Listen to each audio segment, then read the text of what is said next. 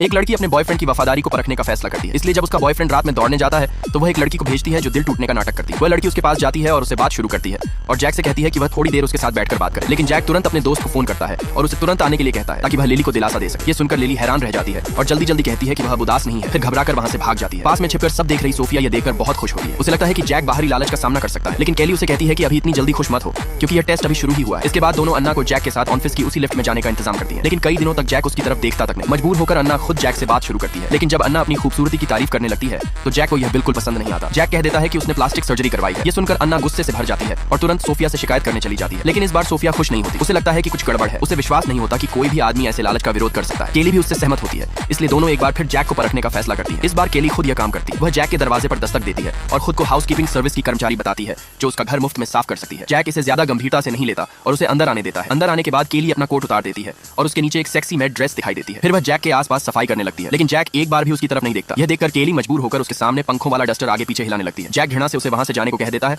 और फिर उससे एक खास काम करने को कहता है। केली को लगता है कि जैक अब उस पर कोई चाल चलने वाला है। वह उत्साह से भर जाती है, लेकिन तभी जैक उससे कहता है कि वह टॉयलेट का पाइप खोल दे क्योंकि वह जाम हो गया है। केली के पास इसे करने के अलावा कोई चारा नहीं होता। इसके बाद जैक उससे किचन के पाइप भी साफ करने को कहता है। इस तरह केली पूरे दिन काम करती रहती है। काम करते करते उसके चेहरे पर कीचड़ तक लग जाता है। जब केली जाने लगती है तो जैक उससे रास्ते में कूड़ा भी बाहर फेंकने को कह देता है। यह सुनकर केली पूरी तरह टूट जाती है। जब वह वापस आती है तो वह सोफिया से अपनी सारी भड़ास निकालती है। कई बार टेस्ट करने के बाद अब सोफिया को जैक की वफादारी पर पूरा भरोसा हो जाता है। वह फैसला करती है कि अब वह जैक के साथ एक गहरा और जोशीला रिश्ता बनाएगी। लेकिन एक दिन जब जैक उसे अपने दोस्तों की पार्टी में ले जाता है तो वह देखकर हैरान रह जाती है कि जैक के दोस्तों में से एक उसका वही एक्स बॉयफ्रेंड है जिसे उसने कभी बहुत चोट पहुंचाई।